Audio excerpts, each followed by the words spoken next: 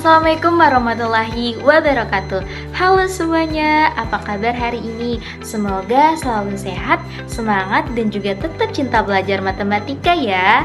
Perkenalkan, saya Nurul Fatul Amami dengan NIM E1R02310133, mahasiswa pendidikan matematika.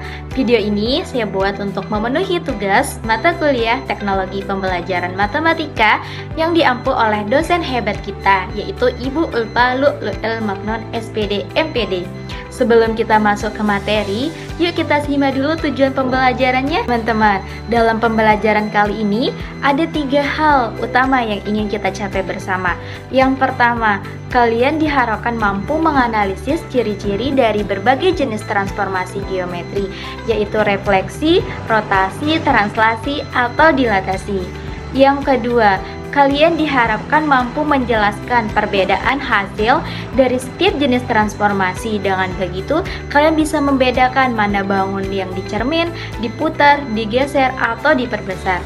Dan yang ketiga, kalian akan belajar mengidentifikasi perubahan yang terjadi setiap suatu bangun mengalami transformasi, baik itu perubahan pada posisi, arah, maupun ukurannya.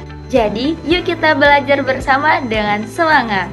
Apa itu transformasi geometri? Transformasi geometri adalah perubahan posisi dan ukuran suatu benda atau objek pada bidang geometri seperti garis, titik, maupun kurva. Apa saja jenis-jenis dan ciri-ciri transformasi geometri? Yang pertama ada translasi, refleksi, rotasi, dan dilatasi. Translasi adalah pergeseran atau perpindahan suatu bangun geometri sejauh dan searah tertentu tanpa mengubah bentuk maupun ukurannya. Ciri-ciri translasi: bentuk dan ukurannya tidak berubah, hanya terjadi perubahan posisi, tidak ada perputaran atau pembalikan. Adapun rumus translasi yaitu, dan ini sebagai catatan penting ya. Contoh translasi segitiga biru menjadi segitiga merah. Bangun tersebut ditranslasikan 5 langkah ke kiri dan 7 langkah ke atas, atau ditranslasikan sebesar mil 5,7. Selanjutnya ada refleksi atau pencerminan. Adalah perpindahan titik suatu objek pada bidang sesuai dengan garis sumbu tertentu. Ciri-ciri refleksi yaitu jarak titik ke garis cermin sama dengan jarak bayangannya ke garis cermin. Bentuk dan ukurannya tetap, posisi berubah arah seolah-olah dibalik. Jenis-jenis refleksi: yang pertama ada refleksi terhadap sumbu koordinat 0, yang kedua refleksi terhadap sumbu X, yang ketiga refleksi terhadap sumbu Y, dan keempat refleksi terhadap garis Y sama dengan X. Yang kelima refleksi terhadap garis Y sama dengan min X, yang keenam yaitu refleksi terhadap garis Y sama dengan H, dan yang terakhir yaitu refleksi terhadap garis Y sama dengan K. Contoh translasi segitiga biru menjadi segitiga merah. Bangun tersebut direfleksikan terhadap sumbu Y. Selanjutnya ada rotasi. Rotasi atau perputaran adalah transformasi perubahan posisi pada objek dengan cara diputar atau satu titik sebesar sudut tertentu. Ciri-ciri rotasi: ukuran dan bentuk tetap, posisi berubah arah, bisa searah atau berlawan arah jarum jam. Perlu diingat, jika sudut bernilai negatif, maka searah arah jarum jam.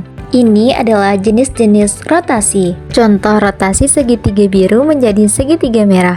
Bangun tersebut dirotasikan sebesar 90 derajat berlawan arah jarum jam terhadap pusat koordinat 0. Selanjutnya ada dilatasi, perbesaran atau pengecilan, yaitu transformasi yang merubah bentuk bangun, yaitu diperbesar atau diperkecil. Ciri-ciri dilatasi: bentuk tetap tetapi ukuran berubah, jarak antara titik berubah sesuai skala, posisi bisa tetap atau berubah tergantung pusat dilatasinya. Berikut adalah rumus dilatasi. Contoh dilatasi segitiga biru menjadi segitiga merah. Bangun tersebut didilatasikan dengan faktor skala 2 terhadap pusat 0. Jadi, dapat kita simpulkan bahwa transformasi geometri terdiri dari 4 jenis, yaitu refleksi, rotasi, translasi, dan dilatasi. Setiap transformasi menyebabkan perubahan pada posisi, arah, atau ukuran bangun datar. Dengan memahami ciri-cirinya, kita bisa mengetahui bagaimana suatu bangun dapat berubah setelah dikenali transformasi tersebut. Terima kasih sudah menyimak video ini sampai selesai. Tetap semangat belajar matematika dan sampai jumpa di materi berikutnya.